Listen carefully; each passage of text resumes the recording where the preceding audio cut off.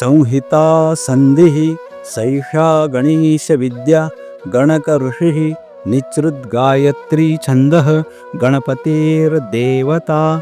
ओम गं गणपतये नमः।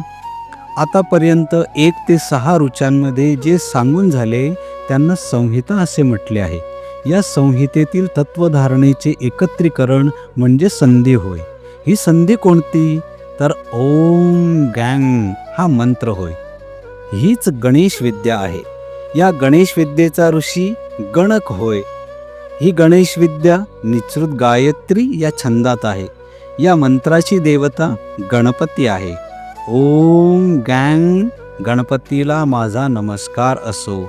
ओम गं गणपतये नमः.